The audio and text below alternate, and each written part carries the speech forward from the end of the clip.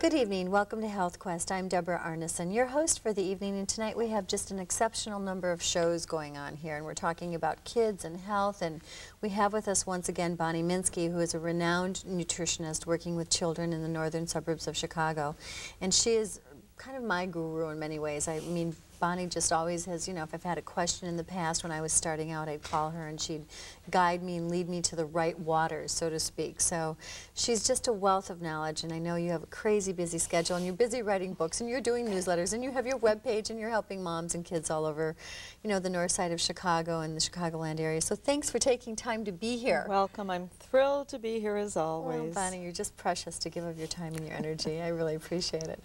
Well, we're going to talk first of all about raising healthy kids today. So if you have kids, stay tuned, because you know what?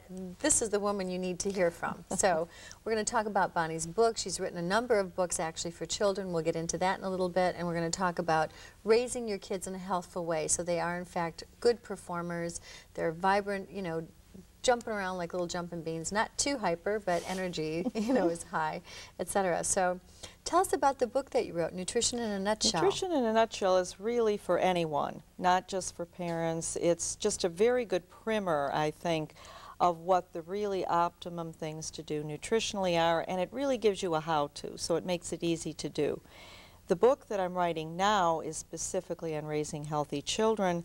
It's called Our Children's Health, and that will probably be finished by the end of the year, published by Vital Publishing. Wonderful. So I'm really excited, and it sort of keeps me on track and up to date with everything that's going on, because when you write a book, you have to do all the research. You better be current. Right. Exactly, and we want to be, I mean, just up to the minute. So the Nutrition in a Nutshell is a book that someone would pick up who knows basically little or nothing about nutrition, and they could learn about basically the ABCs, you know, exactly. proteins, fats, carbohydrates, and in a very, do, very easy format. Great. And so they could actually take the grocery list, go to the grocery store, follow the menus, and it's easy to do. But it's good for the whole family, including the children. And we start with the parents. Always start with the parents. It's a great book. I read parents. through it. It's wonderful. Yes. Well, thank you. And now you also have another book that I want to kind of show off here. Can I do this? I'm doing it too soon. But oh, that's okay. This is the greatest book. Junk food junkies. This is for the children. We want to counteract all that awful Saturday morning cartoon advertising. So it's a great book, and it can be accessed by the website www.Fantastifoods. Fantastic. So Foods. it's a fabulous, fabulous book, and the kids can read it through the website. Attack of the Junk Food Junkies. It's adorable because it's written in rhyme. Yes, right? it is, and it's got fables, it's got color. This looks like Jim Carrey right here. It does. This is very cute.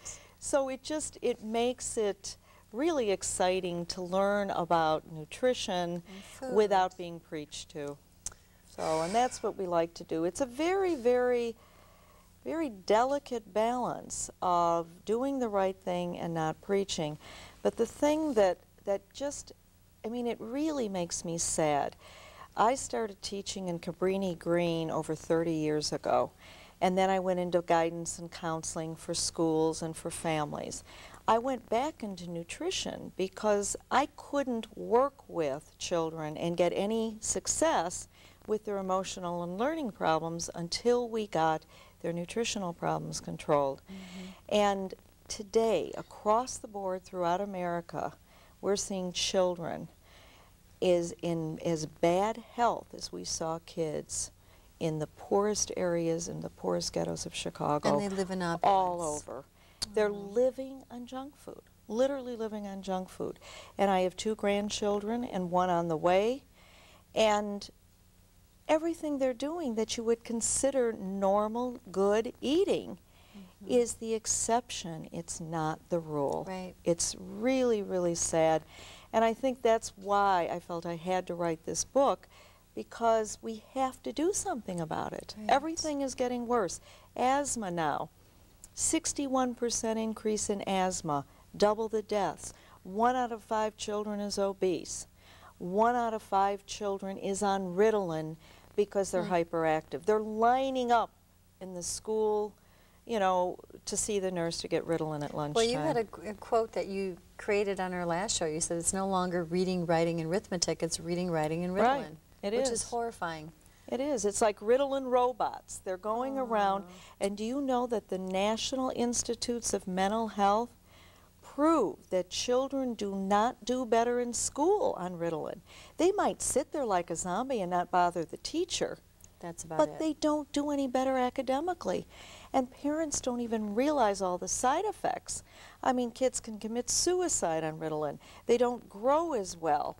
They have a lot of digestive problems, and on and on and on. And yet it goes and goes and goes. Right. So why do you purport, and from your experience, what have you seen is the primary cause of these kids being, other than junk food, which they Right. start eating way too young as far as I'm concerned? Are they malnourished when they're intrauterine? Are the parents Well, not eating it's as well right. too? It starts from the beginning, and often I did my internship at the March of Dimes Birth Defects Foundation. So we saw very serious problems during pregnancy. We have parents taking in a lot of monosodium glutamate, NutraSweet, all kinds of food additives. And although 13 years ago when I interned at the March of Dimes, we sent literature all over the country telling parents that, and doctors, that folic acid was critical, but in a supplement form. Now, to date, they're finally doing it, but at Since the same 1994 only, Right. and that news came out in the 70s. Right. And all these children had spina bifida and other neural tube defects because of it. Then we told them at the same time magnesium is critical to prevent gestational diabetes, eclampsia of pregnancy, postpartum depression, to make delivery easier. To date, I would say there's a handful of doctors throughout the country that routinely recommend magnesium, although it's the most deficient nutrient in the American diet. Right. And what does magnesium do? Calms you down. Right. Nature's Valium. So kids aren't getting So it either. the mother doesn't have enough, she delivers a baby that doesn't have enough, and then it just escalates. And then you give a child foods that are completely Right. devoid of nutrients. Right. And the other thing that got I an see issue. today that I never witnessed when my children were growing up is that kids today are living on carbos. Nobody's getting protein. How can they grow? How can they regulate their blood sugar if they're just getting carbos? The protein gives them 4 to 5 hours of energy. Carb, half hour, up, down, they're on a roller coaster all day. Right. And I see such seriously malnourished children. In fact, I have the most amazing story. A psychotherapist mother called me and said, I don't know what to do. My 3-year-old has been put on liquid Prozac for a psychotic episode. Oh, ridiculous. And I said, well, what's wrong? The child's gnawing on wood everywhere, you know, table legs, windowsills. My child's gnawing on wood. And I said, well, that's pica. That's a non-food item problem. Right. It's usually caused by mineral deficiencies. Right. So I said, well, what did the complete blood screen show that tests for iron deficiency and a lot of other different subtle mineral deficiencies? She said, what's CBC? One of the best children's hospitals in the country did not run a CBC. You're kidding. We ran the CBC. The child was extremely anemic, corrected the anemia, no longer gnawing on psychotic. wood. But they didn't even think. That's the thing. Why would you put your children on Ritalin? Why would you do all of these drug therapies when you don't look at the physical side first? If you look at the physical and you've done everything there, a lot of kids have nutritional deficiencies, allergies, yeast overgrowth, food Right. intolerances like lactose or gluten. You correct those. And then if there's still a problem, then you consider behavior modification, medication, or whatever. But they never even mention that. And one of the biggest groups that's supposedly a self-help group for hyper kids called CHAD, they're funded by the company that makes Ritalin. And they tell you diet has nothing to do with this. So it's like the, horrifying. what is That's it, the fox horrifying. watching the hen house? Yeah, right. That's really sick. So, So you better be a savvy consumer.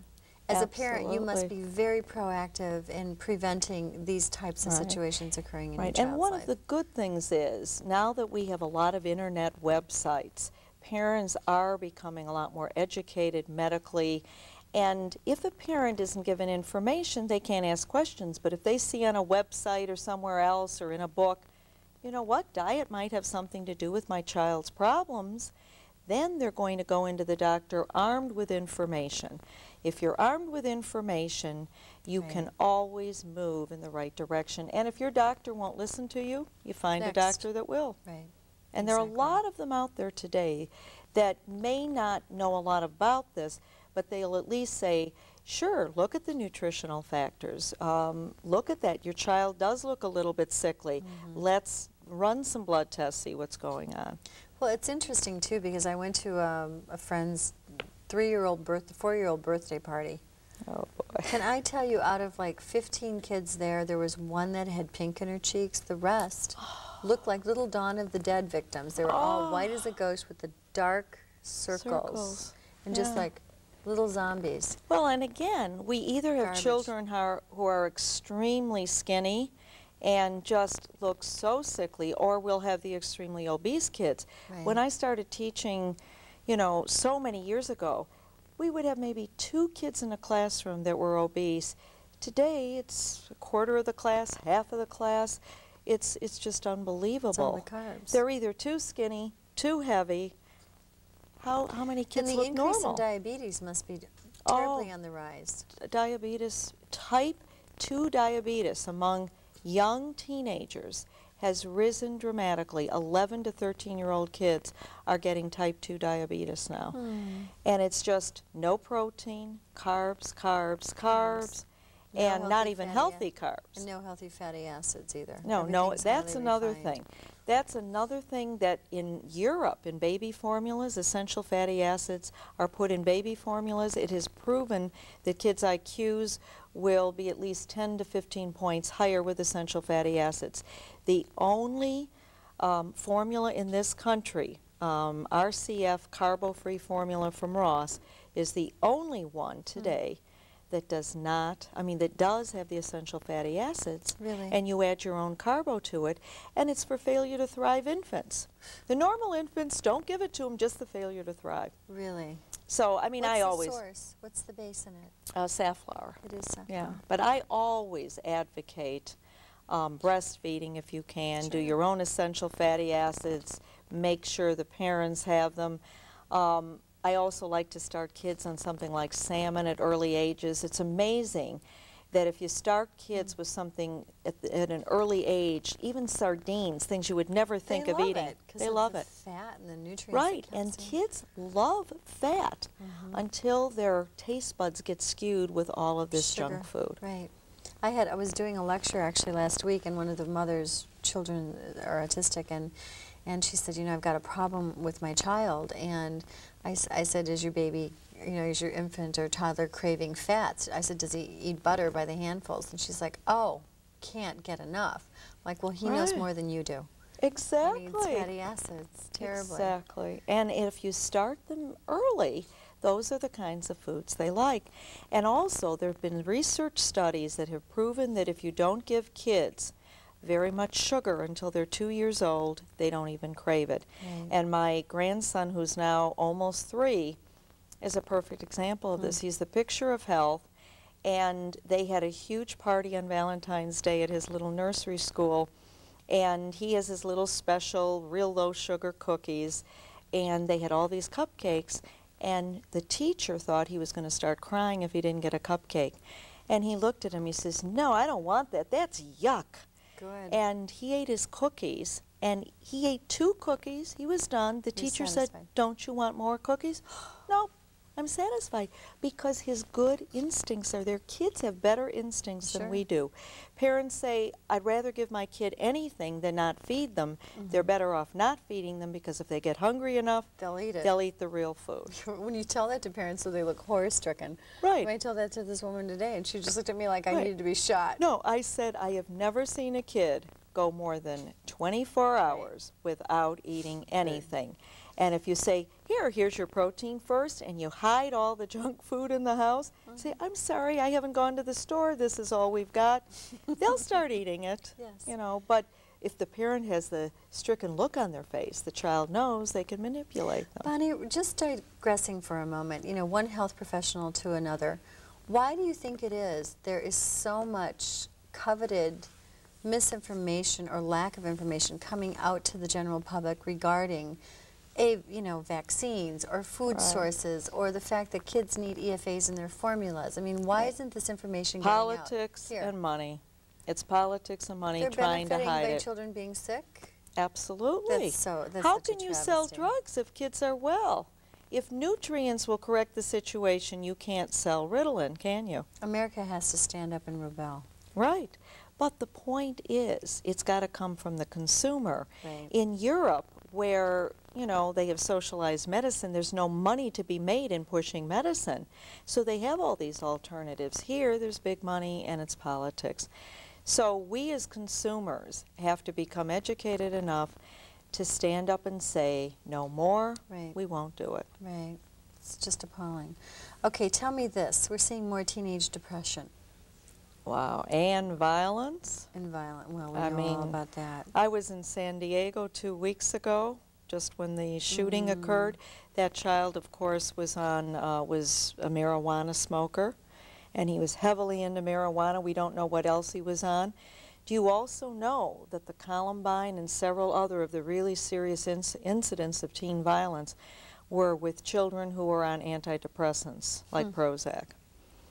Couple that with a dead food diet for enough years, and you're looking at a kid who has some serious chemical imbalances. But you see, again, I get the teenagers that come in, and the parents say, my child is depressed, the doctor wants to put my child on, a myriad of medications, but I don't want to do it. And again, I ask the same question, well, what did the blood test show? They never did a blood test. We see iron deficiency anemia, we see protein anemia, which is shown in a low ferritin, we see high normal white blood counts indicating yeast overgrowth, we see high basophil indicating allergy, and nobody ever looked at this. I said, okay, I'll tell you what we're going to do. We're going to get all the physical problems controlled first.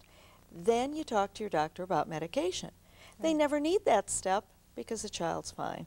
Isn't that amazing? And it empowers somebody to have control, to do something for themselves, rather than having somebody on the outside saying, controlling their poor medication. you, you need meds. Well, why is it they're not doing proper blood workup on these kids? Because if they find out that it's a physical problem, they have to treat that instead of giving the meds, which is the quick fix.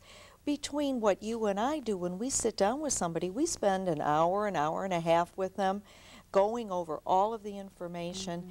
That is not done. You go into the doctor's office, quick diagnosis, here's the medication, get out. You've got 10 to 15 minutes and you have to get out. So you don't have the time to spend with them. But if a doctor thinks there could be something else, they could refer to a good nutritionist. But very seldom do. Well, I've referred a number of people to you within my family. I don't think they've called, have they? I don't think so. You got an Arneson call? Okay. You can lead a horse to water, you can't make him drink. Oh, Madonna mia, we won't even go there. So, what is this about the incidence of reverse anorexia? Why is this going on? Well, again, obesity and anorexia are often two sides of the same coin. Anorexia, you just have no appetite, you don't want to eat from eating terrible foods and not nourishing your body. Obesity, you keep eating and eating and eating and you can't stop because you're craving things you don't have. But studies have shown that kids who have anorexia and severe eating disorders where they can't stop eating are almost always extremely low in zinc. Zinc nourishes the brain, it aids carbometabolism, protein metabolism. Even a study done in Washington State where girls were dying of anorexia, they put a huge amount of zinc into their IVs and within 2 days they were ravenous. But that's not looked at. So you have to look at nutrient deficiencies.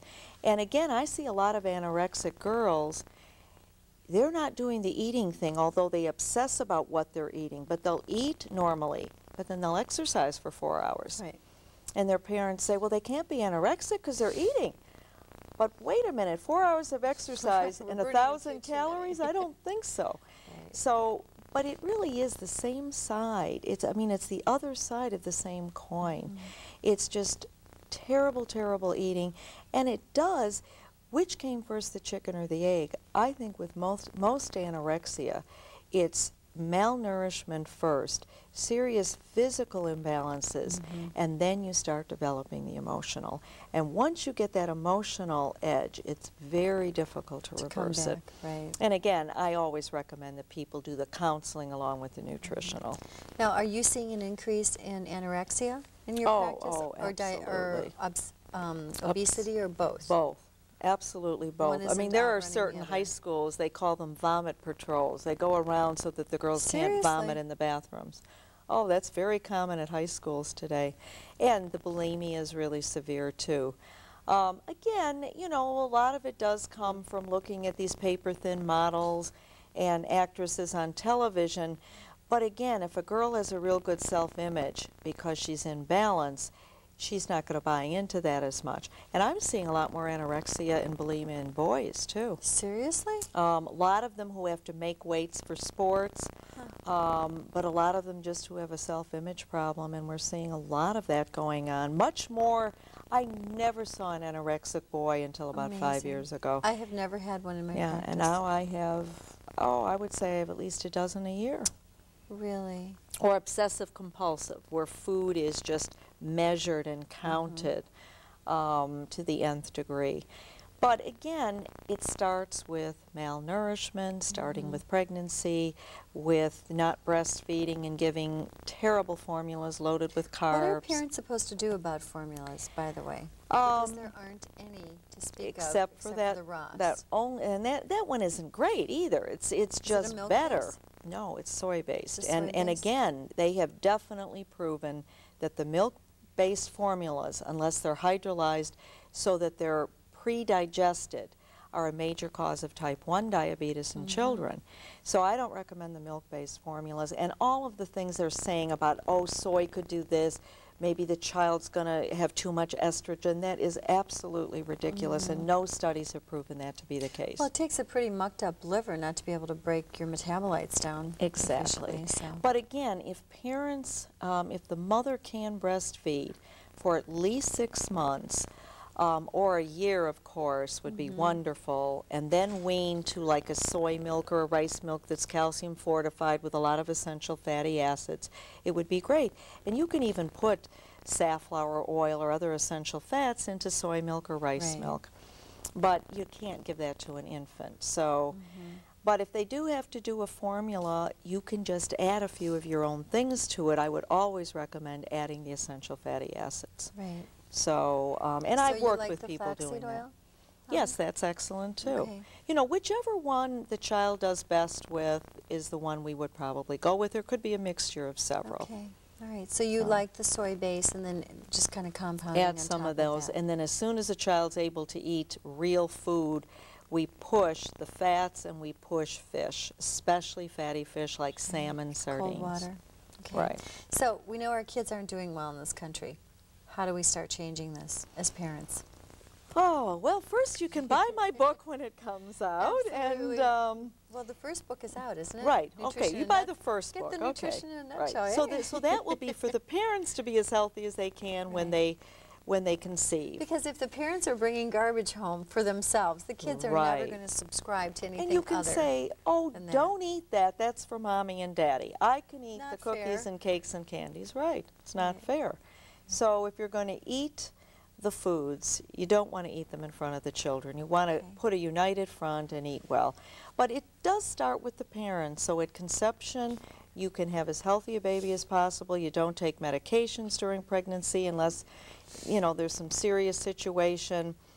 After birth, and we can talk about this in another session, you are very careful about how you vaccinate, and you breastfeed as long as you can, and you get the essential fats. You start them out on a lot of proteins, fats, very little carb, and the healthier the better carbs. So you believe a high-protein breakfast is good for kids? Excellent. Like I what? always recommend protein first. Egg is wonderful. Great. And even though egg white I don't recommend until a year, egg yolk because it's a complete food, loaded with B12, we give egg yolk, you know, probably about 6 months.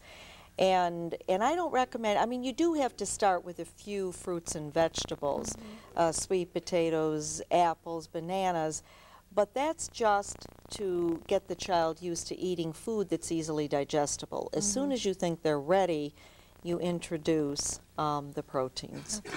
So, and then by a year, if they have a good amount of proteins and fats, you can easily stop breastfeeding. Isn't that great? Yeah, So it means and being it works. mindful. And you know what? It I think a works. lot of our moms don't cook these days. We've got a But lot you of don't single-parent families. But you don't even have to cook. You can go to so many Whole Foods markets where they have already prepared foods. They have so many kid-friendly foods now that are healthy. Believe me, 15 years ago, when I was revamping our whole family's eating habits, it was much more difficult than it is today. Right. There's no excuse today. I have a quick question as far as your opinion and your stance on hormonally treated meats and genetically engineered foods, of which 77%. Awful, awful. So That's the mainstream of our population goes to store, you know, Right. standardized grocery stores, not Whole Foods. What do they do? Right. Well, you see, a lot of grocery stores today do have those options. The genetically engineered foods are harder to avoid. But if you see the sign non-GMO, you know it's safe. But even regular grocery stores know that there's a market for healthy foods, and so they're getting into it. Every grocery store in my neighborhood, There's a you section. can get hormone-free foods. And with so many of these animal byproducts being fed to animals, you have no idea what's in them. If they're organic Right. or kosher, Right. they will be much, much safer. Right. And so again, that today you have to do a little bit more homework, and it might cost you a little more, but when you talk about your total health, it's worth it. It's like a life insurance policy, not only for Exactly. you, but for your kids. You're going to insure them of longevity with vibrant health, which Yes, and my children and grandchildren, we spend a lot on food, but we don't spend a lot of money on doctor's visits, Exactly. except for well baby visits. What's interesting today, my daughter received a notice that her monthly payment for her medical coverage went up by over 50%. Now, she never uses it. It went, She's paying for everyone else. well, I called them and pretended I was her. They said, well, you're paying for the other people in your group. They're all using pharmaceuticals, and they've more than doubled in price, so we have to double your price. I said, well, you know what? She doesn't use them, or I don't use them. And they're Right. like, well, sorry. I said, well, I'm out of your group. You know what I Right. mean? And I was Ridiculous. also reading that by the year 2010, pharmaceuticals would be so cost prohibitive that parents, just to give their kid a prescription, would have to forego food to pay for the drugs. So, you know, it just I makes really believe good it. sense to avoid drugs altogether, medications. It's That's right, ridiculous. because that way, if you have to avoid them, you'll have an option. You'll have an option. So, Right. Bonnie, we're out of time. Thank you for Already. joining me. Yes, It was flies. wonderful being here as usual. I'm sure I'll be back again. You will always be back, God willing. So thank you for joining us, and please, for your kids' health, you know what, take good care. Think about what you're doing, look at labels, be a savvy consumer, and give us a call if you need to talk more to Bonnie or myself, and I'll refer you over to Bonnie, and she's great with kids and great with parents. Take care. Thank Good night. you. I'm Deborah Arneson with Health Quest.